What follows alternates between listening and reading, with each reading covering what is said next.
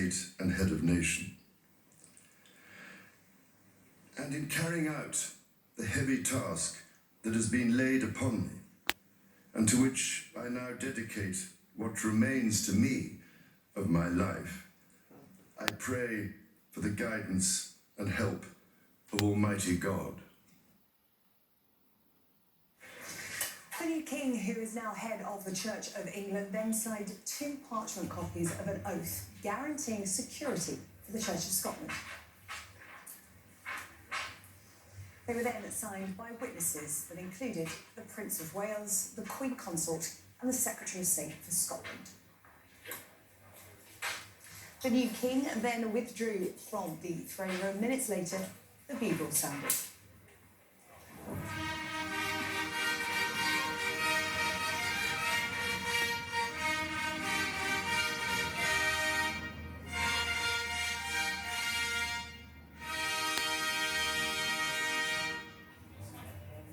Then the Garter King of Arms read the official proclamation of Charles as king.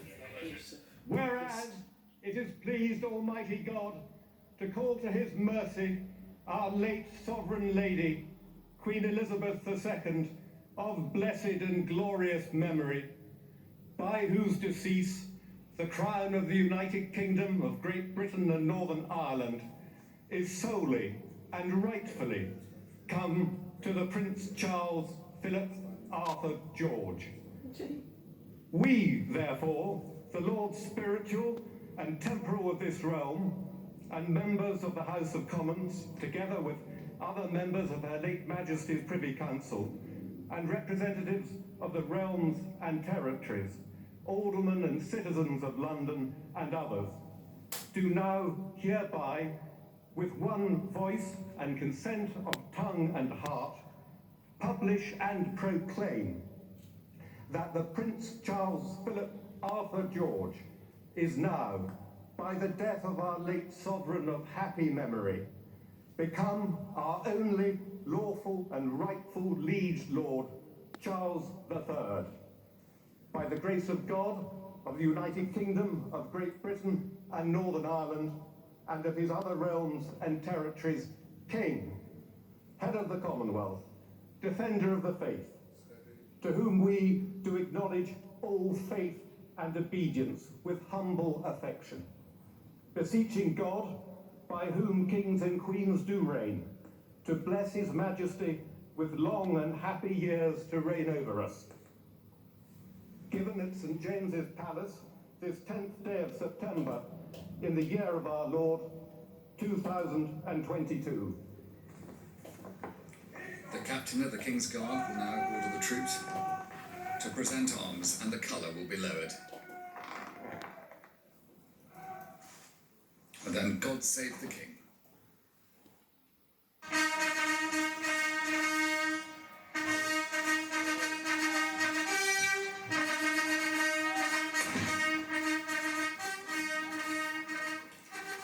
As the bugles sounded, gun salutes rang out around London, across the country and in Gibraltar. And then the national anthem played to honour the new king.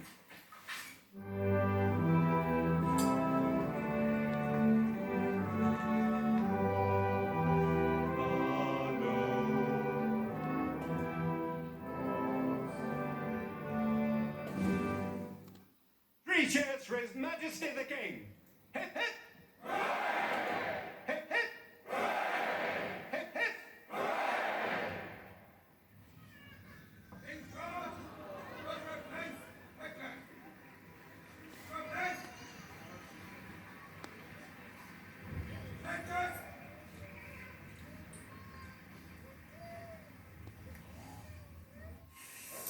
Well, after the official proclamations, the one at St James's Palace and also the one in the City of London, King Charles III and his Queen Consort Camilla headed back here to Buckingham Palace. Thousands of people have been assembling here since yesterday. A patient stream of people coming with family, friends and flowers to the gates of Buckingham Palace. And this was a moment they hoped they would see after their patient wait.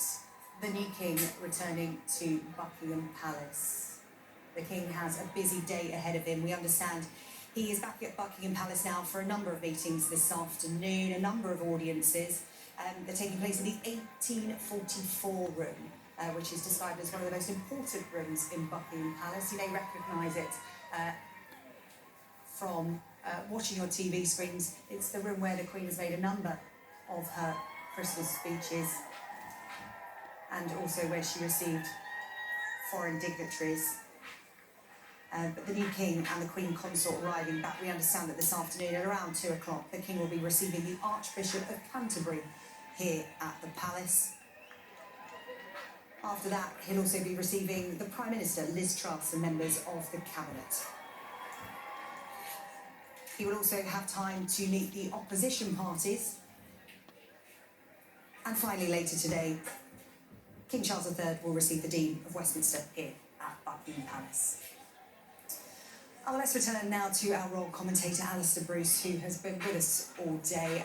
Alistair, it has been an extremely busy day. What more can we expect? We've been talking there about what will be going on behind closed doors there in Buckingham Palace this afternoon. We will get official pictures, but a very busy time for the new King. Very much so, and you talking about the Dean of Westminster going to see the King. Of course, the preparations now for state funeral and also for the coming coronation, which will, to a huge extent, in different ways, weigh upon both the Archbishop of Canterbury and the Dean of Westminster. But for the King, there is just so much to take on. And it may seem as though there are but the boxes and the other things, but you know, there's just so much that he will now have to be briefed on and understand. The sensitivities of the state of the United Kingdom in terms of where it sits in the world will need to be brought to his attention by the Prime Minister, and of course he will have the chance to formalise the cabinet appointments that the late Queen approved. Well, all of this is function and process, which is what the King must do. The King is the conscience now of the United Kingdom, and whilst the battle of the political process must continue in Parliament and with government in the King's name, it is the conscience of the nation that the King must now encompass and take on, just as his mother did.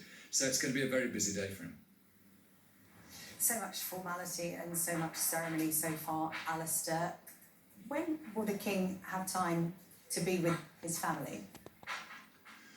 We're going to find out soon more about the plans for what is termed the obsequies, the process of the funeral of the late Queen.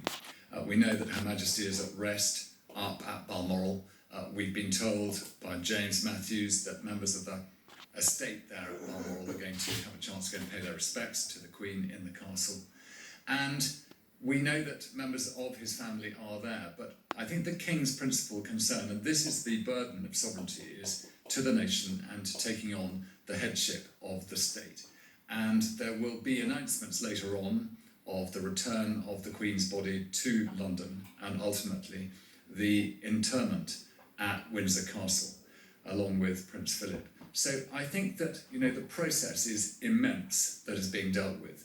The delays are because the Earl Marshal, the armed forces, and many other organisations, particularly the government, are involved in trying to make sure that all of this process takes place. But with the Accession Council today formally starting the process with the presence of the Queen and also of the Prince of Wales, it's very special that we now have the confirmation done. And for this 24 hours with the flags at the top of their masts, this is supposed within the period of the nation holding its head low, a time for celebration of the new King. Alistair Bruce, thank you. We will speak again later on. Alistair Bruce with us throughout the day here on Sky News. Katie Spencer is in Green Park for us this afternoon, just next to us here at Buckingham Palace. People have been leaving their tributes to the Queen today. Katie, you've been speaking to a number of people, and the people that I spoke to as I tried to get here from the tube station were just saying that they felt that this was where they were being drawn to. This is the focus for people who want to sell well wishes and offer their condolences. Yeah, the same for people that I've been speaking to here as well, Sarah Jane. We've come back to the outside the front of Buckingham Palace, where during those constitutional formalities, when that was taking place, thousands of people have come out here. They've actually dispersed from where we are, but if you look behind me, look towards the Mall, you can just see that some of these crowds, it's sort of 4 or 5 deep, people just hoping to get a glimpse. I mean, they've enjoyed seeing sort of some of the horses, some of the sort of the pomp and pageantry, if you like. But people that we've been speaking to, it's just, Alistair Bruce mentioned there that there's that hope that I think a lot of people just wanted to catch a glimpse of the new king as well. And while this is a very sombre occasion to also celebrate the fact that we have got a new king, I'm joined by a couple here who have been waited for over an hour to catch a glimpse of the king, Lisa and Ravinda. What was it for you? Well, why did you want to come out here? It does feel very much like a moment to be present for, doesn't it? It's exactly that reason, actually. The fact that it is a special moment, just to be part of it somehow. We didn't think we were going to get to see the king, but we actually did. We were lucky. We were in the right place at the right time. It was just luck. Yeah, we just came to pay our respects initially for the Queen, and then as the morning's gone on, it's turning to being sombre to a bit more celebratory to see the new king. So we're very proud to be here. It's mixed emotions. If you walk just a couple of minutes, we were saying actually, you haven't been in there yet, but over to Green Park, that's just close to here, that's where the official memorial garden is, and it's a really beautiful atmosphere in it. It's very quiet, it's very, people are taking some time to reflect and really read some of those messages. But again, when you're out here and sort of waiting to see the king, it is a mood of celebration as well, isn't it? All the people around us are really friendly. Were you chatting to people while you were waiting? Chatting to strangers, and everybody's been really nice. We talked to everybody, and I think the mood has changed a little bit. I think I'd say it lifted as it got closer to potentially seeing the king, but we didn't know which way he was coming, so we were just lucky. And after yesterday, I think everyone was kind of hoping we might see another walkabout from him. We didn't get that on that occasion, but what sense are you getting of our new king? Do we sort of like the impression that he's giving so far? He does seem to want to be seen as sort of warmer than you might expect. Well, I think he has anyway. I'd say most of us have warmed to him anyway, and I think he's going to do a really good job. He's just, he's had a lot of practice being in sort of a high-profile position, so I just think he'll be smooth. I think he'll just smoothly move into the new job, and he'll do really well. Thank you so much for talking to us. Yeah, a lot of goodwill out here, certainly out the front of Buckingham Palace. We'll leave you just taking a look at the crowds behind us. Certainly people aren't moving away. They want to see whether or not King Charles might come out again. We don't really know what's happening this afternoon, but yeah, a lot of excitement about the potential of seeing the new king.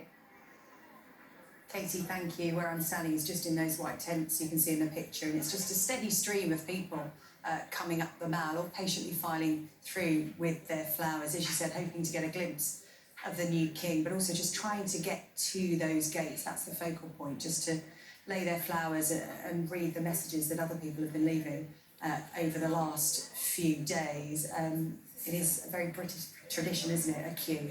And this is one that people don't mind joining. Families, friends all gathering here today. As Katie says, it really is quite a special atmosphere, but a very mixed range of emotions. There is, of course, the sadness at the death of the Queen and the celebration of the new king. Let's speak to Greg Milam. He's at Balmoral for us this afternoon. Greg, perhaps you can give us a sense of what's happening there today.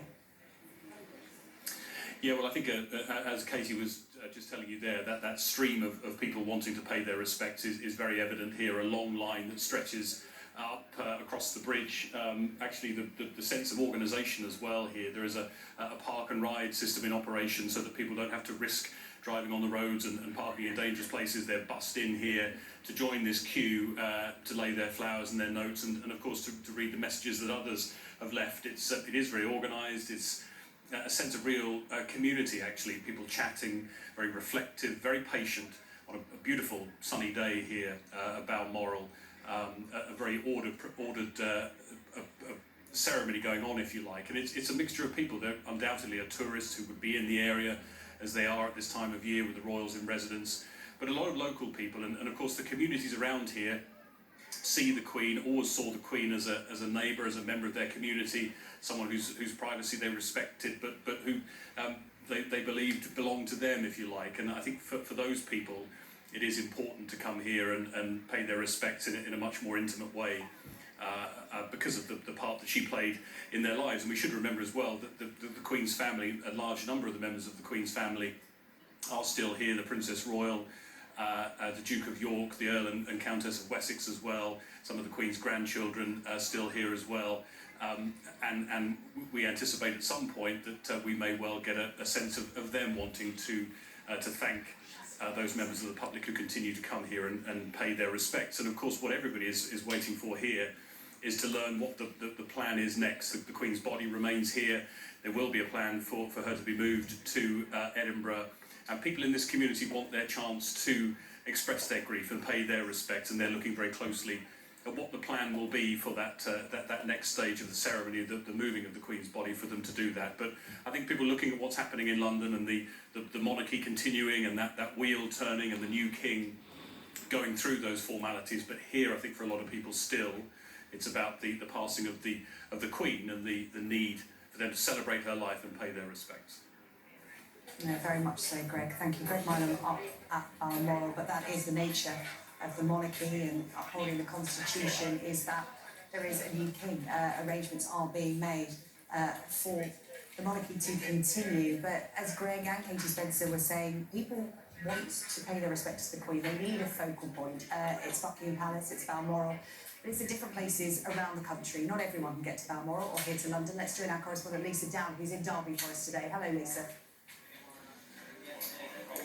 Well, yes, we're about 100 miles away from the action, and actually ordinarily I think the monarchy wouldn't be a topic of conversation at this Barber's, but it is inescapable, isn't it? And the Queen had come to Derby so many times before, like other towns and cities up and down the UK, and she actually conferred city status on what was the town of Derby back in the 1970s. And I was chatting to one of the Barbers earlier today who was there as a child to come and greet her to the city. He sat on top of his mum's shoulders, he remembered, and remembered thinking how tiny she was, even though he was tiny as well. But what about a different generation? I've been talking to Eve. Eve, you're just 17 years old, aren't you? You kind of said to me the monarchy, the Queen didn't really speak to you as a young person, but she has kind of influenced your style. Tell me about that. Yes, massively. Well, I'm really interested in the 1950s and all 1950s clothes and the glamour. So when I look at the Queen, I always, go to look at her old pictures and also her wartime pictures. But as a, when she's older, it doesn't mean as much to me. But I do love her history, and I think it's really interesting. As a younger person, have you kind of been following events? Have you been following what's happening with King Charles? Are you interested? No, I'm not interested, but I have been following it, but through social media more on that side, because I feel like that's a lot how young people see it all, rather than following it in news and newspapers. You said to me your dad had been keeping you informed as well. How has he been affected by it? I think it's hard for him because of his grandparents having that connection to it through the wartime generation, and the royal family when we were at war. So that's that kind of personal connection, but I don't feel it as much through him because I just feel like it's different now. We don't really see the royal family like that as much anymore.